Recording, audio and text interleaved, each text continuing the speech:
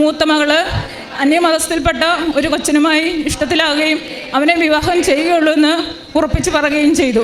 അതിനുശേഷം ഞാൻ ഇവിടെ അന്ന് തന്നെ ഉടമ്പടി എടുത്തു. ഉടമ്പടി നിയോഗത്തിൽ ആദ്യം തന്നെ എൻ്റെ മകളുടെ വിവാഹമാണ് വെച്ചത്. അത് ഒരു ദൈവവിശ്വാസിയായ മകനെ ഞങ്ങൾക്ക് തരണമെന്ന് അമ്മയോട് പ്രാർത്ഥിച്ചു. ഞാൻ ഉടമ്പടി എടുത്ത് ഞാൻ എൻ്റെ വീട്ടിൽ പോയി. വാതിൽ തുറന്നപ്പോൾ തന്നെ നല്ലൊരു സുഗന്ധാഭിഷേകമാണ് ഉണ്ടായത്. അപ്പോൾ മനസ്സിലായി സഞ്ചാരി മാതാവ് ഞങ്ങളുടെ ഒപ്പം ഞങ്ങളുടെ കൂടെ വീട്ടിൽ തന്നെ എത്തിയിരുന്നു എന്നുള്ളത്. കൊറോണ വന്ന് ഏപ്രിൽ മാസം ഞാനൊരു സ്വപ്നം കാണുകയാണ്. ഞാനും എൻ്റെ മോളും കൂടി കൃപാസനത്തിൽ വരികയാണ്, ഇളയ മകളും കൂടി.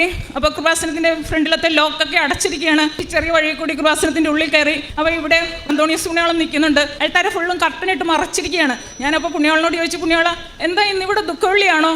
അപ്പോൾ പുണ്യാളൻ എന്നോട് ചോദിച്ചത്, നീ എന്തിനാണ് വന്നതെന്ന് ചോദിച്ചപ്പോൾ ഞാൻ പറഞ്ഞു, ഞാൻ എൻ്റെ മാതാവിനെയും ഈശോനെയും കാണാനാണെന്ന്. അപ്പോൾ ഈ നിൽക്കുന്ന ഈ സ്ഥലത്ത് ഉടനെ തന്നെ ഒരു ബലിപീഠം ഉണ്ടാവുകയും എൻ്റെ കൈപ്പത്തിയോളം വലിപ്പത്തിൽ ഉള്ള ഒരു അരുണിക്കയിൽ ഈശോയുടെ ഓസ്തിയും കാസയും ഞാൻ കാണുകയാണ്.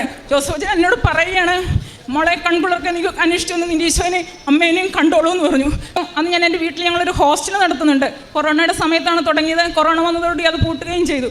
ലോക്ക്ഡൗൺ ഒക്കെ മാറിയതിന് ശേഷം ജോസഫ് അച്ഛൻ ആരാധനയിൽ പറഞ്ഞു, നിങ്ങളുടെ വീട്ടിൽ എന്തൊക്കെ നിങ്ങൾ സ്ഥാപനങ്ങൾ നടത്തുന്നുണ്ടോ അത് ഫെബ്രുവരി മാസം 26, 27, 28 തീയതികളിൽ നിങ്ങളത് തുറന്നിടുകയും വിശ്വാസപ്രമാണം ചൊല്ലി പ്രാർത്ഥിക്കുകയും അത് പൂട്ടുകയും ചെയ്യരുതെന്ന് പറഞ്ഞു.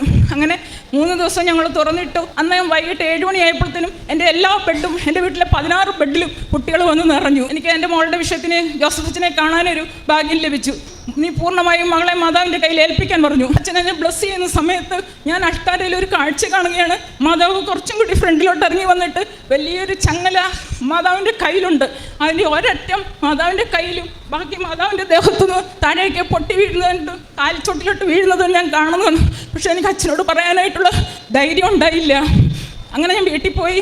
ചൊവ്വാഴ്ച ദിവസം ഞാൻ ആരാധന കണ്ടു. ബുധനാഴ്ച ദിവസം ചട്ടം വിളിച്ച് പറഞ്ഞു, ഞാൻ മാമോദിസ സ്വീകരിച്ച് ദൈവവിശ്വാസത്തിലേക്ക് വരാൻ തീരുമാനമാണെന്ന് പറഞ്ഞു. എൻ്റെ മകളുടെ വിവാഹം കൊരട്ടി സെൻറ്റ് മേരീസ് ഫൊറോന പള്ളിയിൽ വെച്ച് നടന്നു.